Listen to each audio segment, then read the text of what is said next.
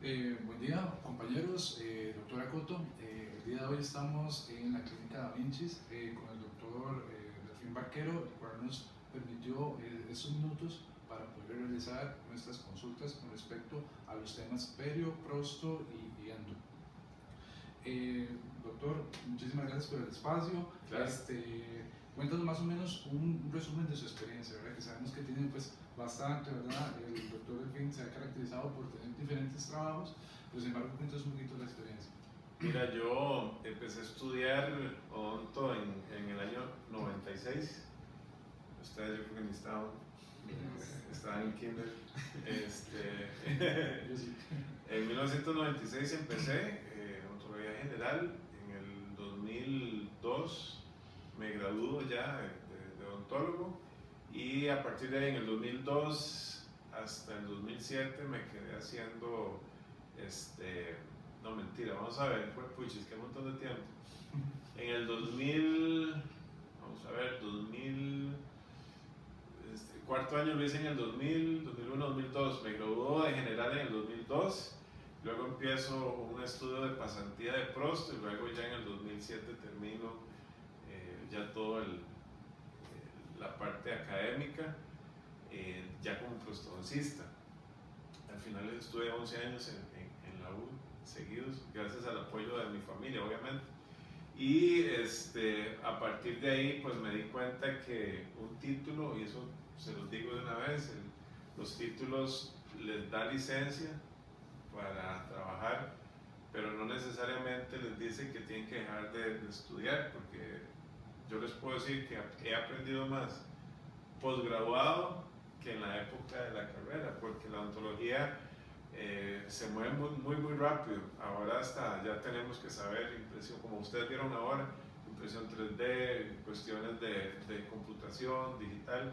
Entonces creo que esa es una de las cosas lindas que me ha mantenido estudiando, y el currículum ha ido pues creciendo ahí por esa inercia. Terminé trabajando con el doctor Edward McLaren en UCLA, que es uno de los pilares de la odontología adhesiva y cerámicas. A la fecha todavía sigo trabajando con él, y creo que es una de las cosas que más me ha enorgullecido, porque por cuestiones familiares yo nunca hubiera podido accesar a una universidad en Estados Unidos, y el doctor McLaren pues me abrió mucho las puertas, y creo que el talento costarricense, no importa la universidad que sea, es muy valorado afuera de las fronteras. Entonces yo creo que si ustedes primero que todo ponen humildad al frente, las puertas se seguirán abriendo, y si realmente les gusta la carrera que ya están prontos a terminar, pues van a tener una montaña rusa de emociones, mucho más que en la universidad. Así que, bueno, hoy se confirma, hoy tenerlos ustedes en la clínica, pues a uno lo llena de alegría porque me tomaron en cuenta, así que también les agradezco mucho esa parte. Y a Priscila, pues, que la conozco hace tiempo, muchas gracias, y que cuente conmigo. Bueno, muchísimas gracias. Efectivamente estamos con uno de los grandes de odontología, ¿verdad?, del país. Y sin más preámbulos, vamos a iniciar más o menos con las consultas. Doctor, más o menos con los pacientes que son adultos, tomando en consideración que sean mayores de 40 años, ¿verdad? Hay que tener varias consideraciones, ¿verdad? Sí. Tomando en consideración temas de restauración, endodoncia, y quisieran colocarse implantes, por ejemplo, ¿verdad? ¿Cuáles serían los desafíos que podríamos tener bajo ese factor, o esas personas adultas de mayores de 40 años? Mayores de 40 años, vamos a tener que cambiar esa categoría, porque ya yo tengo 41 y ya me sentí afectado por la pregunta. Muy bien, desafíos primero, como les comentaba anteriormente, el primer desafío es de ustedes como profesionales, el lograr tener las herramientas diagnósticas, como por ejemplo la tomografía, por ejemplo, que les va a dar una idea real de lo que ese paciente tiene. En muchas ocasiones, por no utilizar al máximo las herramientas tecnológicas, pues quedamos cortos y quedamos a merced muchas veces hasta de abogados por nuestra falta de precisión a la hora de diagnosticar a ese paciente mayor. Ahora, si lo vemos desde el punto de vista médico, definitivamente es otro desafío mantenernos actualizados en los temas médicos, saber leer los test de laboratorio, saber cuáles son los que tenemos que manejar para que eventualmente, si ese paciente realmente es candidato a implantes, pues que el porcentaje de éxito que nos dice la literatura realmente se cumpla. Que ese es otro desafío. Nosotros como profesionales a veces tenemos mucha precisa de determinar un tratamiento y eso es lo que nos lleva a cometer errores de diagnóstico y de ejecución. Ahora, para el paciente, número uno, tenemos que evaluar si las condiciones orales de ese paciente son las ideales para ese tratamiento. Entonces, si ese paciente nos viene con poca cultura de salud, pues es un reto para ambas partes lograr encaminar a ese paciente, primero que todo, a entender que los procedimientos odontológicos no son indestructibles.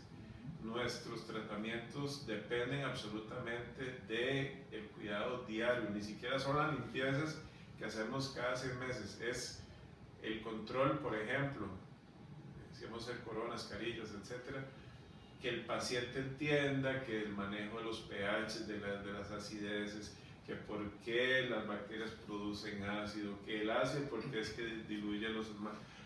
Si nosotros nos sentamos y le damos importancia al paciente y lo educamos, obviamente no tan técnico, pero si el paciente realmente comprende, nuestros tratamientos van a ser exitosos. Muchas veces escondemos al paciente su verdadera responsabilidad en el tratamiento, tal vez a veces por miedo de perderlo. Si le explico mucho, al menos se asusta y no se hace el tratamiento, pero verás que ya después, ya 17 años haciendo esto, no es buen consejero, no es buen consejero la precisa, el miedo a perder. Muchas veces mejor perder al paciente porque él no cambió su forma de pensar que meternos en un embrollo de años y pacientes de 40 años, que todavía nos queda otros 40 por vivir, significa que ustedes van a estar casados con esa persona los próximos 30 años de su práctica y a veces no es bonito, ¿verdad? Entonces es un desafío para mí. El principal es reeducar mentes. ¿Cómo uno reeduca una mente cuando yo estoy reeducado? Cuando yo realmente sé las limitaciones de los tratamientos odontológicos y de los requisitos que todos ellos tienen. A veces manejamos el concepto de que los implantes son indestructibles, que no les va a pasar nada, le vendemos ese día al paciente. Por ejemplo, hay un tratamiento muy famoso que se hace mucho, que se llama Oral Ford, y se vende como pan caliente muchas veces, pero los pacientes no saben que son tratamientos súper complejos de mantener, de higienizar, de que se ocupa que el odontólogo desmonte esas prótesis cada tanto, que eso va a tener un costo económico. Entonces, como les digo, reeduquémonos nosotros primero para poder reeducar al paciente y que esos desafíos sean cada vez más pequeños. Que las brechas sean menores. Sí. Bueno, súper bien. Y siguiendo con este mismo tema de las personas adultas, doctor, ¿cuál sería su criterio en los casos que un paciente desea colocarse ortodoncia, ¿verdad?, con implantes y prótesis, ¿verdad? Si sería conveniente pues seguir con ese proceso o si más bien habría que brindarle una posible opción de una prótesis facial, ¿verdad?, teniendo bajo ese escenario. Bueno, no sé si te capto bien la pregunta, pero nosotros como prostodoncistas, en este caso, les voy a hablar a título personal, nosotros tenemos la mente entrenada a protocolizar. Entonces, por ejemplo, si un paciente viene y requiere todos estos tratamientos, es nuestro trabajo ordenar un plan de tratamiento. Entonces, por ejemplo, si un paciente tiene malposición dental, eso le está provocando X o Y problemas, no podemos ir a poner implantes si antes el paciente requiere ortodoncia. ¿Ves? Entonces, siempre tiene que haber un orden. Primero alineamos. Por ejemplo, hay un caso típico. A mí me ha llegado mucho caso en donde los ortodoncistas, cuando a un paciente le falta laterales, lo que hacen es ponernos los caninos en posición de lateral. Y después cuando vamos y tratamos de hacer un diseño sonrisa, es complejo. Hacer parecer un lateral hacer parecer un canino como lateral. Entonces a veces se nos complica un resultado final como rehabilitador. En casos bien estudiados es mejor abrir el espacio para un lateral y luego poner los implantes en laterales a que nos pongan caninos en posición de lateral.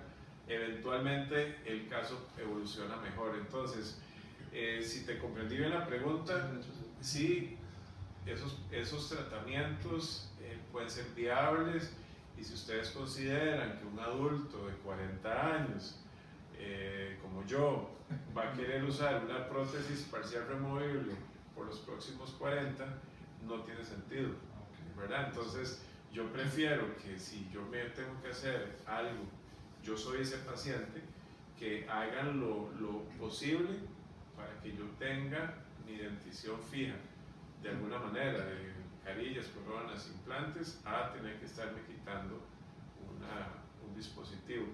Es bien interesante, en el posgrado de Prosto tuve la oportunidad de sentir un cromocobalto, ¿verdad? No me faltan dientes, pero nos hicimos un cromocobalto para ver qué era lo que el paciente vivía. Es impresionante lo complejo, lo incómodo de sentir el paladar con algo. Entonces sí te pone en perspectiva que los pacientes sí sufren, o sea, sí son cosas incómodas. Entonces, volviendo a tu pregunta, mejor ordenar bien un plan de tratamiento para que cada fase ortodóntica, quirúrgica y rehabilitadora tengan un sentido. Sí, súper bien. Siguiendo con las preguntas por acá, es para las restauraciones de prótesis fijas, tales como puentes y carillas, existe un compromiso pulpar, ¿verdad? Y también existe el tipo de compromiso en el periodonto. ¿Vale la pena, doctor, tener este compromiso en estos tejidos vivos, ¿verdad? ¿O valdría la pena trabajar directamente con prótesis parciales, por ejemplo? Sabiendo de que estos procedimientos, tratamientos que son bastante invasivos, ¿verdad? Y que tenemos cierto riesgo a poderlos convertir a posibles endodontes. Bueno, mira, ahí vamos a chocar, porque yo soy uno que apoya muchísimo la odontología conservadora. ¿Ves? Cuando pensamos en prótesis fija, no podemos comparar la época, tal vez cuando yo estudié, o mis profesores estudiaron, porque ahí sí nos obligaban los materiales a hacer ciertos desgastes, y sí llegábamos a dentina en la mayoría de los casos. Entonces, ya cuando uno llega a dentina, pues hay un porcentaje de casos que se van para endodoncia por una pulpitis irreversible. Ahora bien, con el avance de los temas adhesivos, que es mi pasión, y de las cerámicas, nos hemos dado cuenta que prácticamente, si el caso es bien planificado, y ahí entra tal vez el tema del diseño sonrisa, de tener una planificación en 3D del caso, podemos en la mayoría de los casos lograr cambios extraordinarios a nivel de esmalte. O sea que la mayoría de mis restauraciones quedan a nivel de esmalte, por varias razones. Una, no llegar a pulpa, obviamente, o sea, ser conservadores. Y dos, porque el esmalte es el sustrato donde la adhesión realmente es predecible en el tiempo. O sea, es el único lugar de la boca que yo te puedo decir que una restauración puede superar actualmente 30 años. Si estamos hablando de cerámica pegada en dentina, no es tan sencillo. Entonces, bajo la perspectiva moderna de lo que se maneja en rehabilitación oral, sí apoyo la utilización de prótesis fija en el tanto se manejen estos conceptos modernos. Ahora, si ustedes están pensando, por ejemplo, en un puente, ya hay opciones para hacer puentes sin la necesidad de desgastar las piezas pilares, por ejemplo. O sea, ustedes están viviendo una época lindísima de odontología donde cada vez más la invasión al diente va a ser innecesaria. Hay que pensar también en la calidad de vida del paciente, como te digo. El pensar que yo ocupo un dispositivo, para decirle bonito, ese dispositivo va a estar en la mesa de noche y que mi esposa va a ver quitarme algo, mira, yo prefiero tener el riesgo de una endodoncia a quitarme la faja de tiros todas las noches ¿verdad? Y tembló en la noche y salí sin los dientes, ¿verdad? O sea, es que son realidades. Uno de mis mayores consejos es no nos separemos del paciente, no nos deshumanicemos, sintamos al paciente, sintamos el corazón del paciente, por qué llegó a ese estado de abandono. A veces el mismo paciente en su psicología se autosabotea, utiliza muchas veces la falta de higiene en su boca para reflejar problemas psicológicos. O sea, ontología en eso es infinito. Si nosotros logramos detectar la razón del descuido de ese paciente y lo logramos revertir, ahí ya viene la parte restauradora, donde yo complemento la atención integral del paciente desde el punto de vista emocional con la parte técnica, que es manejar a la perfección la adhesión, los materiales, que en nuestro caso son las cerámicas, muchas veces los metales también, que todavía se utilizan, para poder darle un servicio completo. La idea que ustedes deben de tener en su paciente es que salga un mejor ser humano a la clínica de como llegó. A veces por la precisa, volviendo al tema del miedo a no ejecutar el tratamiento, vemos al paciente muy rápido, le ponemos un tratamiento y no lo reentrenamos a cuidar esa inversión. Entonces, mira, yo no justificaría realmente preferir algo removible a algo fijo. Tampoco es que hacer un tratamiento de nervio es un pecado capital. Gracias a Dios, ahorita las endodoncias con fines restaurativos prácticamente han desaparecido. Antes sí teníamos que hacer mucho endodoncias porque queríamos hacer X o Y tratamiento, ahora no. Los megapascales, que es la unidad que utilizamos para medir la adhesión, son tan altos, son tan predecibles, sobre todo si es en esmalte, que no tenemos miedo de ofrecerle algo fijo al paciente. Entonces, ojalá que se programen a que lo removible sea como la última opción del paciente. Sí. Y ojalá que ustedes pudieran vivir la experiencia. Es más, voy a hacer un reto. Reto a Priscila Coto, como en Facebook. Reto a Priscila Coto, que al menos un estudiante de este curso se pague a hacer un cromo cobalto, para que sepan lo que se siente, para que esta pregunta ni siquiera se hubiera hecho. Sí, no se hubiera planteado. Bueno, para continuar con las preguntas, para las piezas tratadas endodónticamente, en la cual se completa la restauración con una corona, se ha descrito que hay mayor proporción de fuerzas subcruzales en las coronas que en los implantes. ¿Qué opina usted sobre eso? Bueno, primero, que es lastimoso que todavía se siga pensando que un tratamiento con un diente con endodoncia ocupe corona. Eso aunque está escrito, ya eso se superó. Entonces, número uno, primero quitarse el algoritmo endo poste corona. Esa rima que tenemos tatuado en el alma, ya eso no es cierto, número uno. Dos, es totalmente lo contrario. Lo que dice la ciencia, sobre todo de implantología, es que los pacientes, por ejemplo, que rehabilitamos con implantes, sufren o no sufren, más bien ejercen muchísima más fuerza subcruzal que cuando tienen dientes. ¿Por qué? Porque los implantes no son raíces, no tienen propiocepción, no tienen fibras periodontales, es un literal tornillo anquilosado al hueso. Entonces, ya esa capacidad de propiocepción, que es lo que nos protege y nos regula las fuerzas subcruzales, se pierde.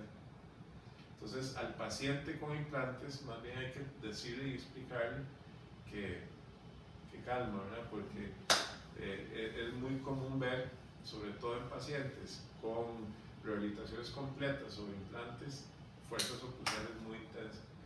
Entonces, yo diría que no estaría de acuerdo con esa publicación en específico porque La teoría en implantología dice lo contrario.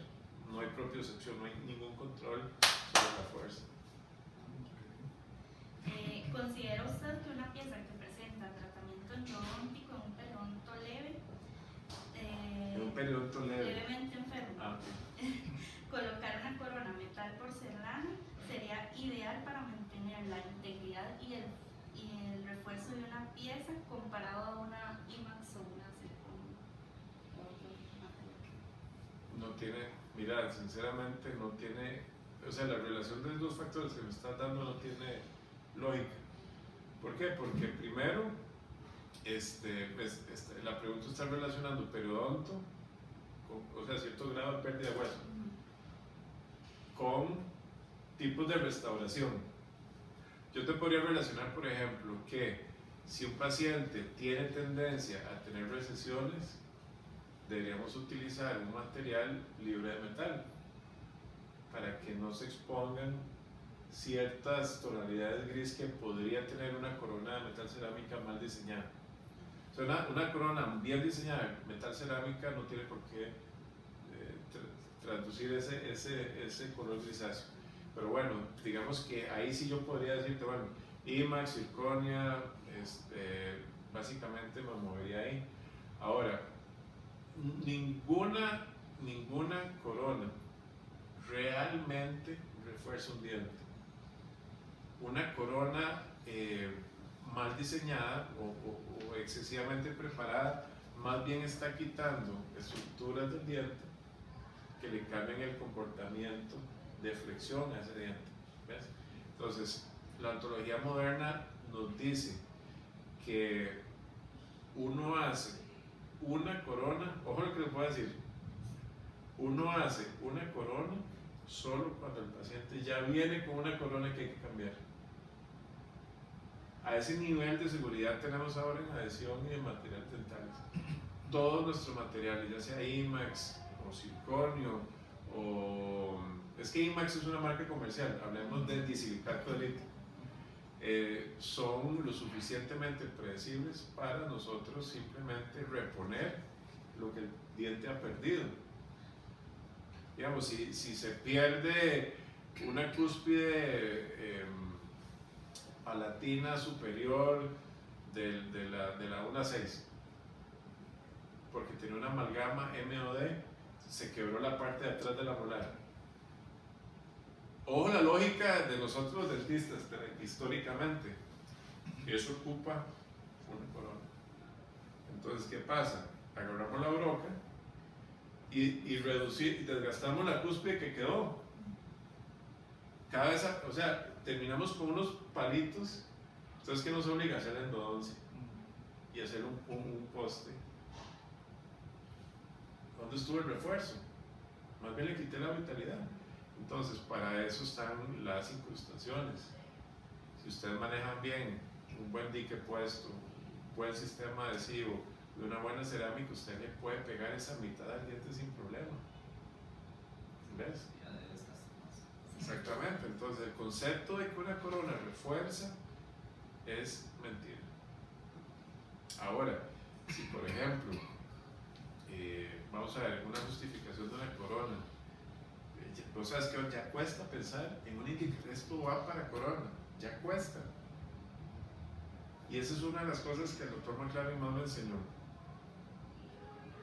Una corona se hace solo si el paciente ya viene con una corona. Imagínate. Un artículo en el que se menciona que el alargamiento de corona, el tratamiento endodóntico y la colocación de una corona, estos tres tratamientos en conjunto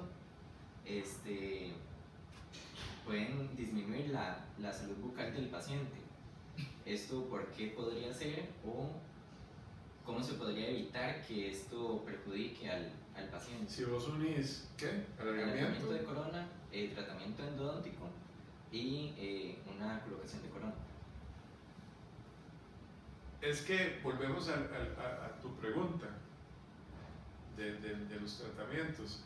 Si ustedes están entrenados a diseñar un plan de tratamiento secuenciado, con lógica, no debería venir una historia tan complicada. Porque, por ejemplo, si yo te digo a vos, mira, tu mamá llegó a mi clínica y el lateral está quebrado a ras. Pon atención a esto, es tu mamá. Ahí lo doy. Sí. Y yo te digo, mira, si le hago un alargamiento de corona, si le hago un tratamiento de nervio y yo le pongo un poste de fibra de vidrio y le hago una corona y es un lateral, no hay movimientos oclusales que tengan interferencias de corona, hago eso o le hago la extracción, le pongo un injerto de hueso, espero 6 meses, le pongo un implante, el implante no quedó en la posición correcta, se puede reabsorber la tabla vestibular, la encía se va a receder, se va a ver el implante a través de la encía. ¿Vos qué me decís? Vamos comiendo, vamos con todo. ¿Ves? Entonces, tal vez el enfoque de la pregunta está pensando en un caso muy específico de una persona, de un sitio geográfico, pero la ontología no es tan lineal, ¿verdad? Entonces te digo que si nosotros hacemos buenos planes de tratamiento, las condiciones del paciente debería, teóricamente, ¿verdad?, ir mejorando. Ahora, volvemos al tema. Hacer una corona, ya por mi forma de ver la odontología, sí es en la mayoría de las ocasiones iatrogénico. Por ejemplo, si yo les digo a ustedes, piensen en la corona de un central. Ahora, mentalmente, quítenle la dentina. O sea, les va a quedar el caparazón de esmalte, ¿verdad? Entonces lo ponen así en la mano y lo empiezan a ver. Ven un caparazón en donde está el esmalte vestibular, está conectado con mesial, con distal. Y atrás vienen dos estructuras que se llaman los rebordes y que se unen en una pelotota de esmalte que se llama cíngulo. Eso es todo un sombrero, que si ustedes lo encajan en una dentina, unido a través de la unión amelo-dentinal, que es una maravilla, eso es lo que le da sentido a un diente. Ahora, si ustedes llegan y desgastan el diente, lo primero que se van a volar es el cíngulo y los rebordes y el esmalte, y quedan con un diente más pequeño pero en dentina. Si comparamos un diente no preparado con un diente en dentina, la flexión que tiene el diente preparado ya no es un diente. Entonces, de que se puede hacer, pero es innecesario, es quitarle el comportamiento del mecánico un diente para mí es iatrogénico. Otro caso, hacer coronas en incisivos inferiores. ¿Con qué te quedas? Sí. Con un palito de dentina y la pulpa. Ya eso no se hace, eso es una carilla. La carilla, digamos, si ustedes tienen el diente de nuevo, la carilla les va a quitar 0.3 promedio, 0.5 máximo de esmalte. Sigue estando el cíngulo, sigue estando los rebordes. Ese diente no pierde su comportamiento. Entonces, reevalúen el concepto que tienen de las coronas, reevalúen el concepto de Unas preguntas. ¿Cuál sería una buena opción para poder rehabilitar a un paciente que anteriormente había sido tratado endodònticamente, se le colocó una espiga y se necesita volver a rehabilitar protésicamente? Vamos a ver, caso extremo. El paciente viene con dos coronas en centrales, le quitamos la corona y nos encontramos dos espigas metálicas. Okay. ¿Qué se hace cuando hay un muñón, un substrato prácticamente negro?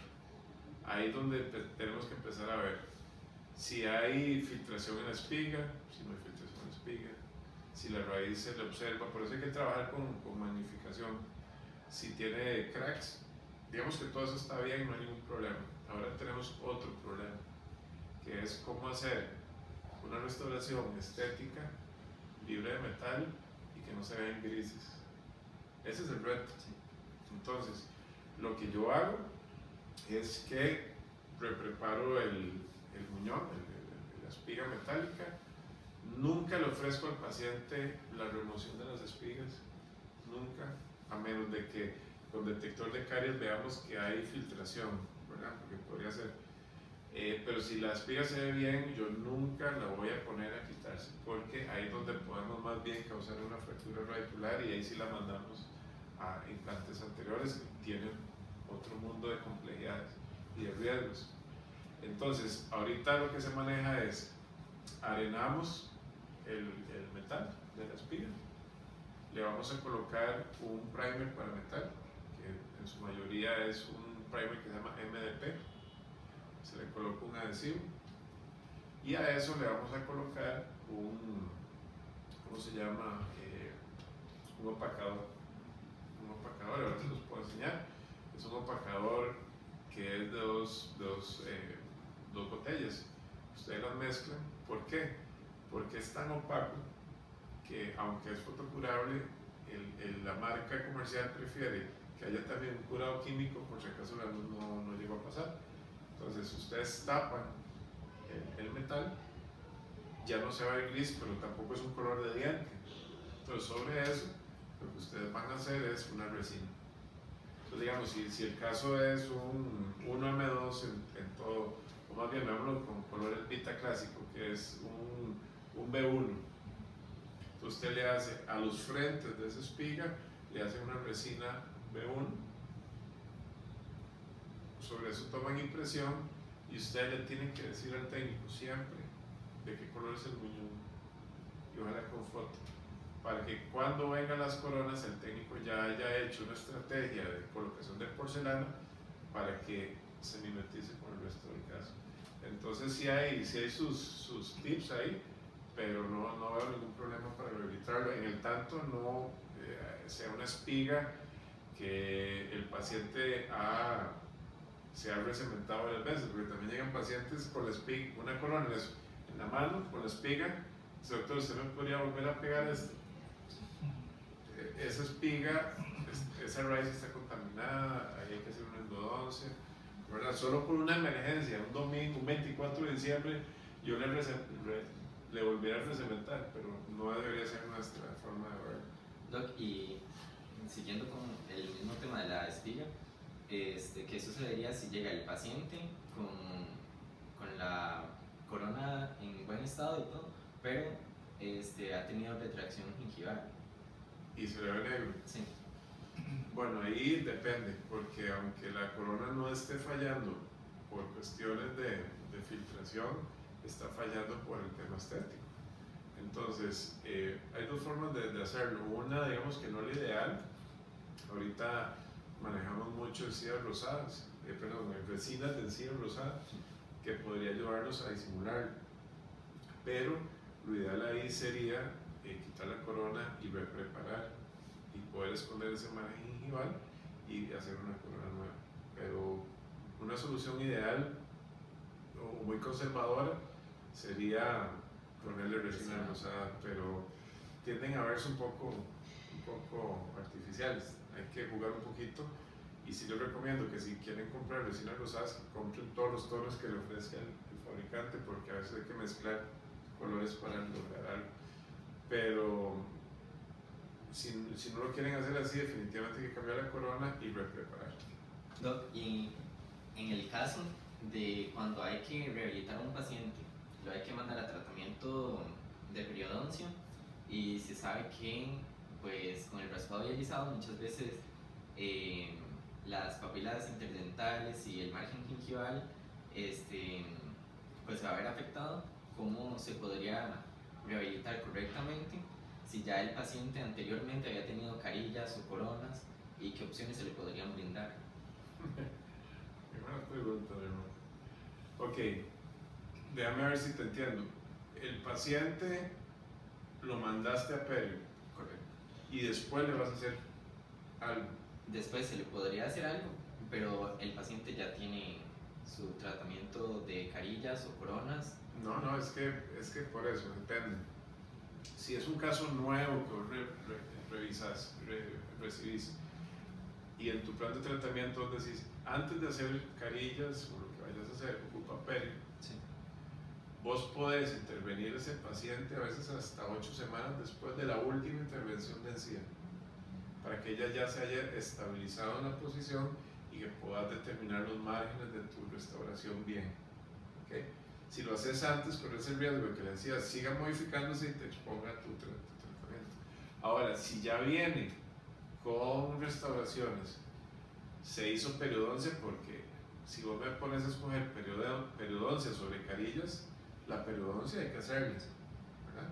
Entonces, y eso tienes que hacerlo antes de empezar. Vos tenés que decirle al paciente que se le va a exponer todo.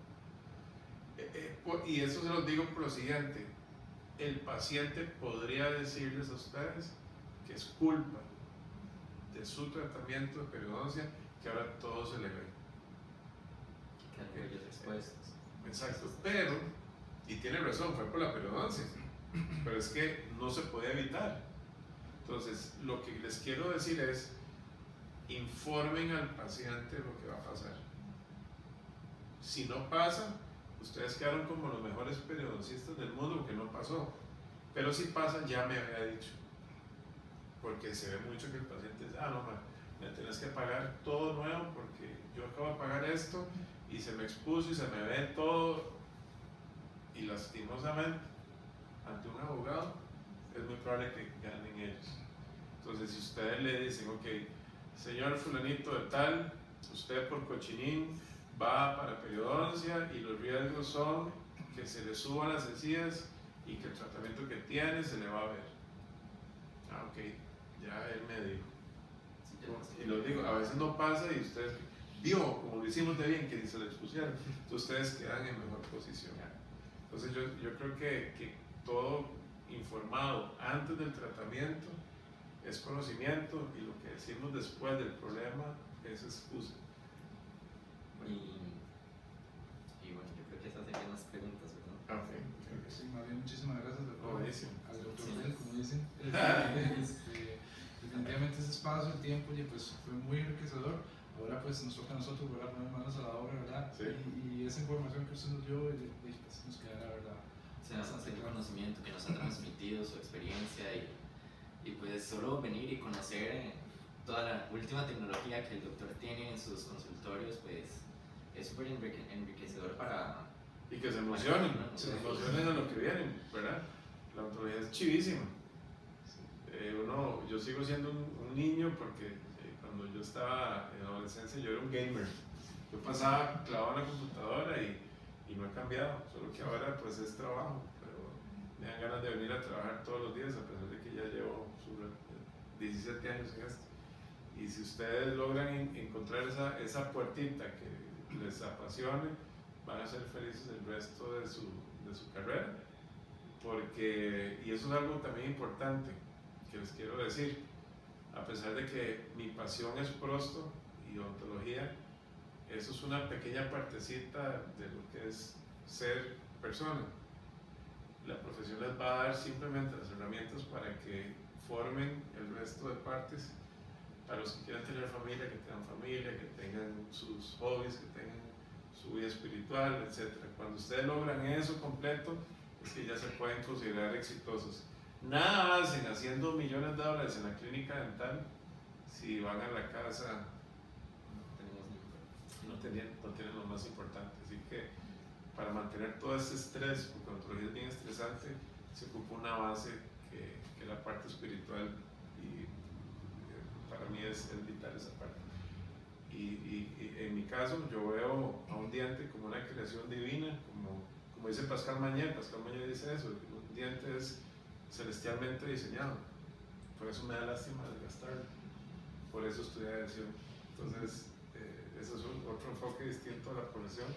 Y cuando quiera venir Priscila, cuando quiera mandar estudiantes aquí tengo un salón de clase, podemos hablar de lo que pueda compartirles. Muchísimas gracias. Muchísimas gracias. Buenísimo, buenísimo. Dios los acompañe. Gracias. Caldas y no se grabó, ¿no?